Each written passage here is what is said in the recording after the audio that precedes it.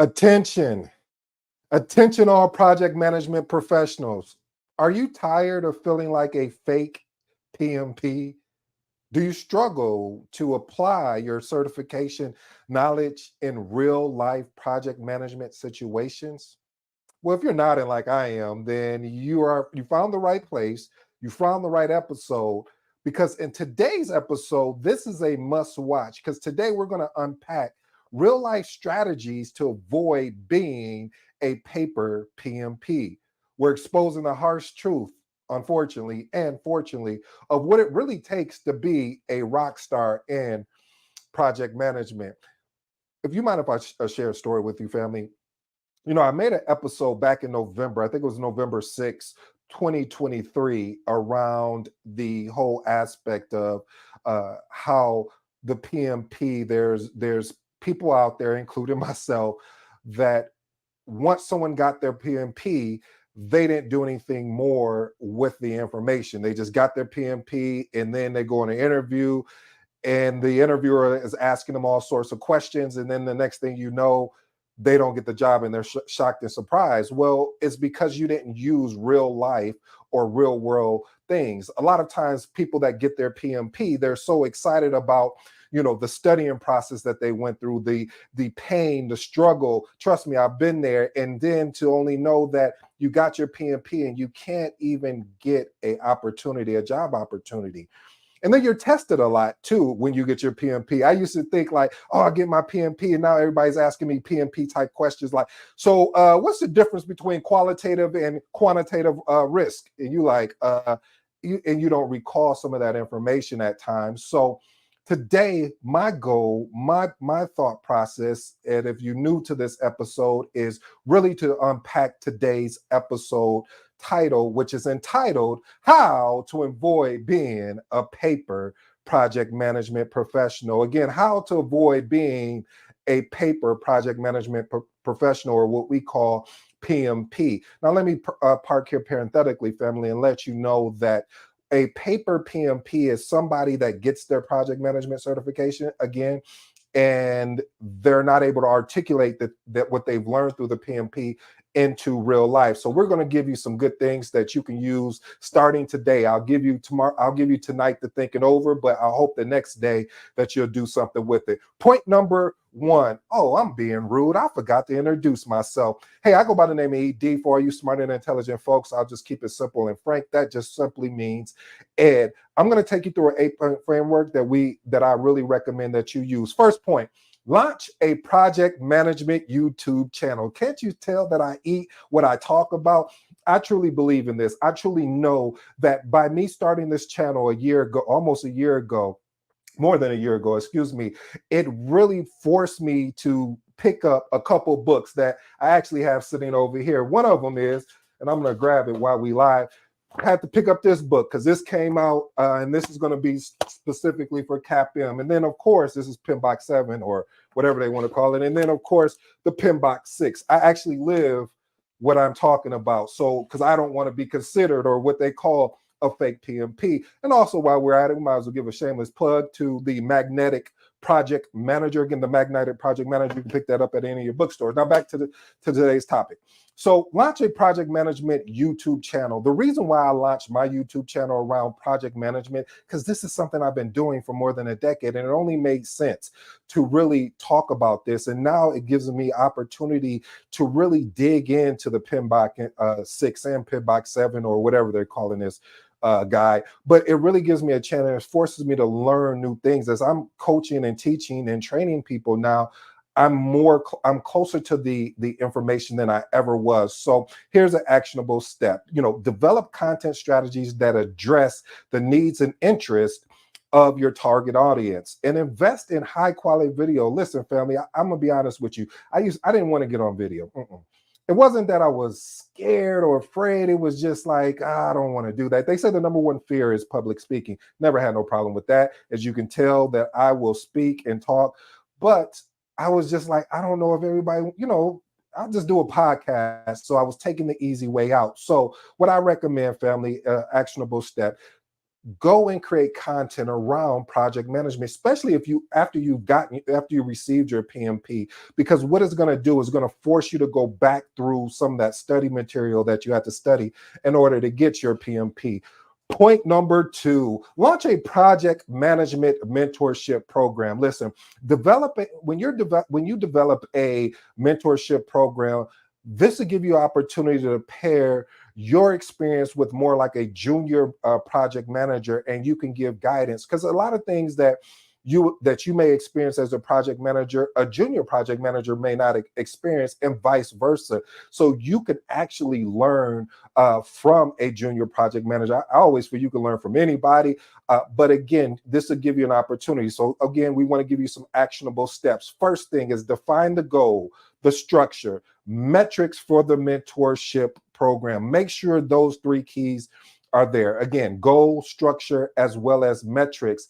And also recruit other mentors and mentees from diverse actual backgrounds. Let's move on to point number three. But before we go on to point number three, I want to let you know, family, we will be having what we're calling PMO Week. What is PMO Week? Well, PMO Week is because you follow me, because you've given me opportunity to really do the thing that I love, that I hope you fall in love with, called project management.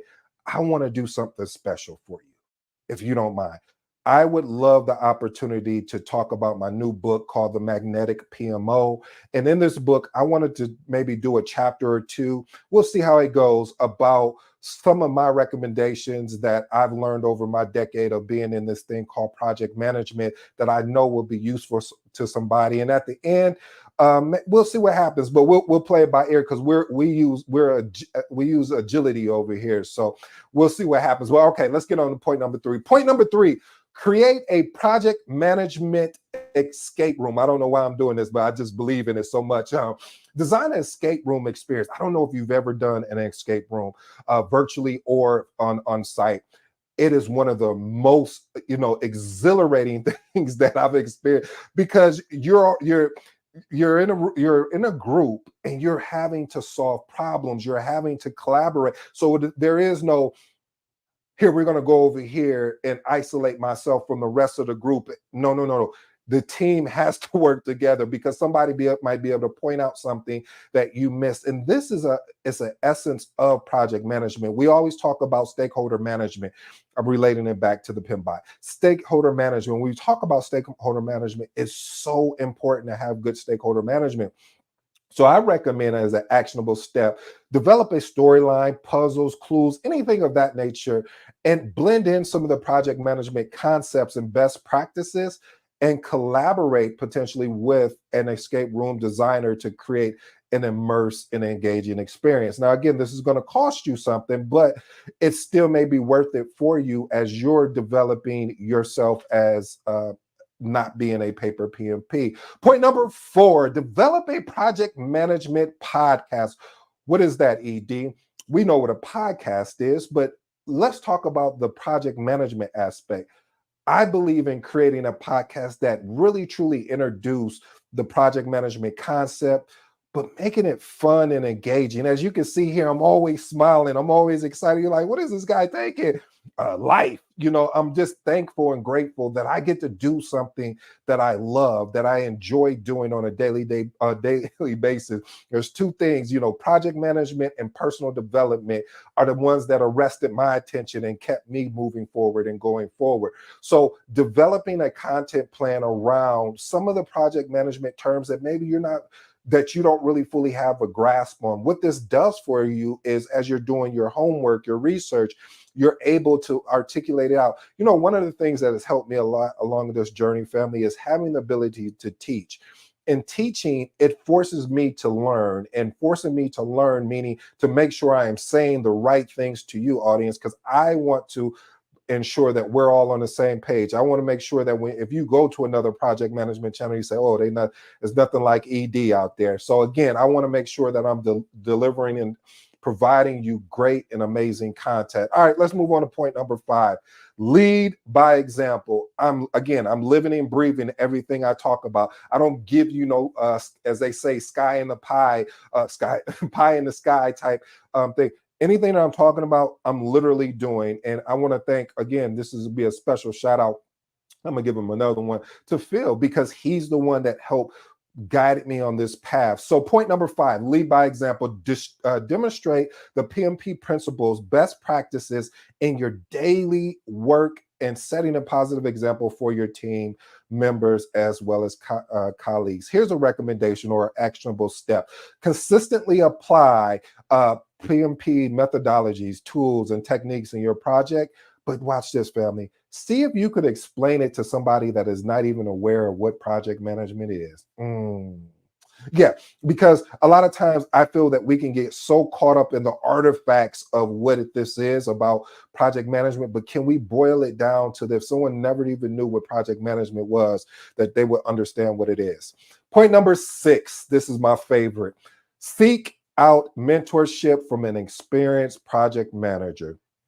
Listen, family, I told you I have a decade or more in this thing that I love, that I hope you fall in love with, called project management. But do you know I have a trainer? Do you know I have a coach? I have a mentor in project management? Yes, me. The reason why, family, I have this is because of the fact that I realized that there are certain things that I do not know, and I've been in this game for a while. There's certain things that I want to be able to keep my knowledge fresh. I want to keep learning what is new. Okay, now we're using AI to build schedules, or now we're using AI to build a WBS, but still, what is the why behind of why? So again, if for me, I want to continuously improve. I want to continuously grow. So shout out to my mentor, my coach, trainer, Phil. He has really poured into me to help me grow as a project manager, actually. And he's, again, one of the reasons why I wrote this book, The Magnetic Project Manager, and my second and third book, which is The Magnetic PMO and The Magnetic Apprentice Project Manager, coming soon. So anyway, family, identify potential mentors within your organization, your professional network, your PMP community, and reach out to them to see if you can establish a mentorship relationship. Listen, I believe if you don't have a mentor, or coach, or a trainer, you're playing. You're playing with your career. You're playing with, I really want to go to the next level. That's just me. It's subjective. You don't have to go along with it. But I really do believe that if you want to be exceptional, if you want to be great, if you want to be outstanding and amazing, that is going to be important. You know where I'm about to go next. It's going to be imperative that you do get a trainer or a coach and a mentor to help you, guide you through this path. Let's move on to point number 7. Participate in project management communities. Listen, it's very important too, family, that when you because if you find yourself getting away from the information, that's why it's good to be part of communities. Communities are really huge, because if you're in the right community, they're going to want to push you in a healthy way. They're going to say, hey, what have you been studying this week or learning on project management? Is there any tools out there that we need to be aware of? Is there any changes of how projects are being led? So you being part of a project management community is always a great thing, because you get to really learn from people. One of the things I used to do for my project management communities, when I was looking for a job opportunities, I would say, hey, has anyone been out interviewing? What are they looking for as far as from a leader in a project management? Are they focusing more on soft skills, or are they more focused on hard skills, or is it a blend or a hybrid approach? So again, having a community is going to definitely be strong. Let's move on to point number 8. Again, pursuing continuing education and certification. Listen, just don't stop at your PMP. Just don't stop at your CAPM if you're going at that. Just don't stop at getting your ACP. Find out other things, but wait, here's you know what I normally do at this point. Message, this is very important, family. Just don't get these certifications just to say I got these certifications and I can put them up on LinkedIn, or I can just put it up on my wall. That doesn't mean anything. You know, as my grandma would say, they don't mean a heap of beans. I still don't know what that means, Grandma, but I guess we'll make it work. What I'm trying to say to you, family, is even though you go ahead and receive these certifications or these continuing education opportunities, ensure and make sure that you are applying it. You know the motto here: there's no such thing as having knowledge if you don't apply it. So applied knowledge is better than just consuming information and doing anything and not doing anything with it. So I hope you do something with I'm sharing with you today. You know, I have one bonus for you, family, and then I'll leave it at that, and then we'll go through my closing remarks. Develop a strong management brand. If you're really in this thing that I love, that I hope you fall in love with, called project management, you want to develop a project management brand. We talked about YouTube. We talked about podcasts. Maybe you're more of a writer type. Create you a blog. Talk about being able to get your name out there. It's not even just for public standpoint. I want to share a real quick story with you. I remember one time, this was probably about 4 or 5 years ago, or maybe even later than that. I can't recall, because it's happened to me twice. Um, as I'm going through the interview, I meet with the hiring manager. One of the questions he asked me, "Am I published?" I was like, "Am I published? What does that have to do with this role? I think you're gonna talk." But after I answered the question, I was like, "No, I'm not published." And he was just like, "Okay." So at the end of the interview, I asked him. I said, "Why did you ask me?" You know, I'm curious. I said, "Why did you even ask me about am I published or not? What does that? What does that have to do with what?" The whole interviewing process. He was like, "Because I wanted to see how seriously you were taking your career and if you were somebody that was committed or interested." I'll leave you with that thought. Let me give you my 3 closing remarks, family. First one: launch a project management YouTube channel. Again, I talked about having the ability to do your homework and research on case studies, on leadership, through video is going to really help improve you as a project manager, so they won't look at you as a paper PMP. Number 2, develop a project management podcast. As I stated before, if maybe you don't want to be on camera, okay, now you can take that opportunity and put it in a podcast that can really help and coach and teach the community. And my last and final one, which is my favorite, which I believe if you don't have, then I don't believe you're taking this thing that I love, that I hope you fall in love with, called project management, really, truly seriously, which is seek a mentorship from an experienced project manager, having the ability to know what they've been through, or as I remember Dan Kennedy sharing, saying, you want to be able to follow the pioneers that have arrows in their back already. Translation, that meaning that you'll be able to learn from those experienced project managers. Maybe you were thinking about taking a shortcut on the PMP, or you were thinking about, hey, I'm going to go after this particular role, but talking and speaking with a experienced project manager will give you a better insight of what you should be doing, not trying to tell you what to do, but giving you an outline and allowing yourself to choose from it. Family, I hope you really enjoyed today's episode. I go by the name of ED. I truly hope that you don't become a paper PMP, that you can learn from some of the mistakes that I've done myself and others surrounded me. Until next time, you know my motto, you know my slogan. I'm out.